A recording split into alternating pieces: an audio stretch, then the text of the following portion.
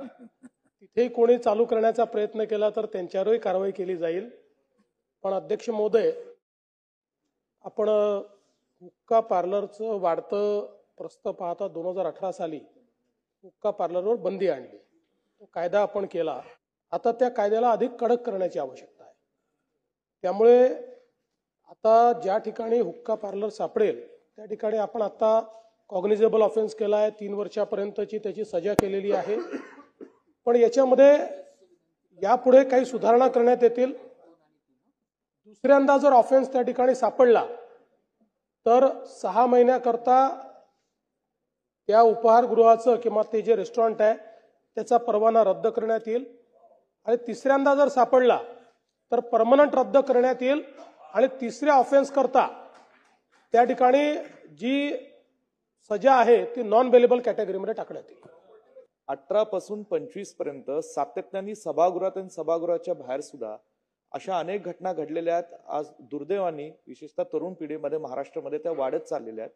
अध्यक्ष महोदय, हे जे काही हुक्क्याचे ते काय म्हणतात गुडगुडे ते जे असतात त्याच्या विक्रीवर कुठलंही बंधन टाकता येणार नाही. त्याचं कारण काय, ते सॉव्हेनियर म्हणूनही विकलं जातं. त्यामुळे ते केवळ हुक्क्याकरताच विकलं जातं असं नाही आहे. आणि आपण टाकली तरी ती काही टिकणार नाही. आपल्याला इफेक्टिव्हली कारवाई जी आपण सांगितली ती जे अशा प्रकारचा ऑफेन्स करतात त्यांच्यावर केली पाहिजे. आता आपण जेव्हा कायदा केला तेव्हा सुरुवातीला तो सॉफ्ट ठेवला. 2 ते 3 वर्षाची आपण शिक्षा म्हटलेली आहे त्याच्यामध्ये. अशा शिक्षेच्या केसमध्ये कोणालाही अरेस्ट होत नाही.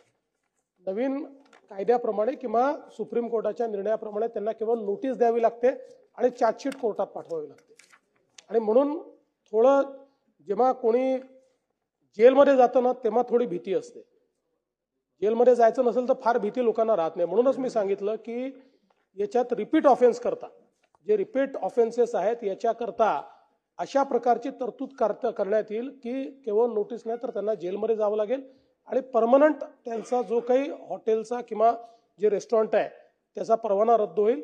आणि तिसरी एक महत्त्वाची गोष्ट आपण लक्षात आणून दिलेली आहे की अशा प्रकारच्या पार्टीज या सोशल मीडियावरनं त्या ठिकाणी ऑर्गनाईज होतात आणि मग तिथे हुक्का पाठवला जातो.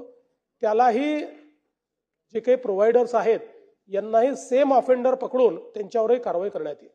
जसं तुम्ही हुक्का पार्लरच्या त्या लायसन्सवर आणि त्या व्यक्तीवर कारवाई करणार तसं त्या पोलीस स्टेशनच्या अंतर्गत येणाऱ्या अशा अवैध आणि या पद्धतीचं पिढ्याने पिढ्या बर्बाद करणाऱ्या पोलिसांवर काय कारवाई करणार?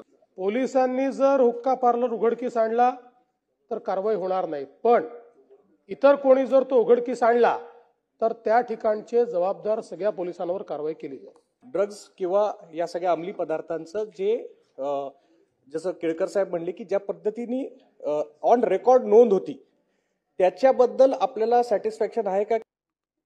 नोंद होण्यापेक्षा कारवाई होणं अधिक महत्वाचं आहे. त्यामुळे आता आपल्याकडे काही असं मापक नाही आहे की किती इन्सिडन्सेस आहे आणि किती नोंद होते आहे. अशा प्रकारचं आता कुठलंही आपण सोशल त्याचं ऑडिटिंग करत नाही. पण मला असं वाटतं की हा एक गंभीर विषय आहे. कारण एक फॅशन झाली आहे. ह्या हुक्का ओढणं एक फॅशन झालेली आहे आणि त्याला एक स्टाईल स्टेटमेंट समजलं जातं की हुक्का ओढतोय म्हणजे स्टाईल स्टेटमेंट आहे. नाही, त्याच्यामध्ये म्हणजे काही ठिकाणी तंबाखू असतो, काही ठिकाणी तंबाखूही नसतो.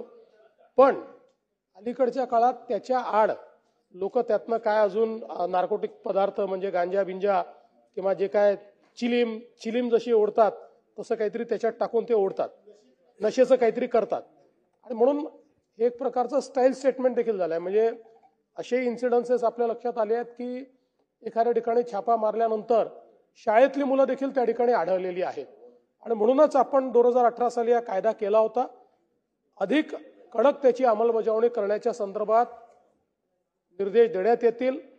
आणि कुठल्याही परिस्थितीमध्ये जसं नानाभाऊंच्या प्रश्नावर मी सांगितलं की पोलिसांच्या व्यतिरिक्त जर तो कोणी उघडकीस आणला तर त्याच्याशी संबंधित जे पोलीस असतील त्यांना त्या ठिकाणी सस्पेंड केलं जाईल. हुक्क्यापेक्षा जास्ती अडचण आणि त्रास हा इलेक्ट्रिक सिगरेट किंवा वेप याच्यापासून होत आहे. सरकार आपलं याच्यावर पूर्णपणे बंदी आणणार का? अध्यक्ष महोदय, त्याच्यावर बंदीच आहे. पण तरी देखील सन्मान्य आशिष देशमुख साहेबांनी जे सांगितलेलं आहे हेही खरं आहे की अलीकडच्या काळामध्ये अनेक ठिकाणी आपली तरुणाई या इलेक्ट्रिक सिगरेट काय म्हणतात इलेक्ट्रॉनिक सिगरेट त्याच्या पाठीमागे जाताना दिसते. कारण त्याचं ट्रेड करणं सोपं आहे, ती लपवणं देखील सोपं आहे, पण त्याच्यावर बंदी आहे आणि मागच्या काळामध्ये आपण बऱ्यापैकी छापे घालून त्याचा व्यवहार करणाऱ्यांवर कारवाई देखील केली आहे.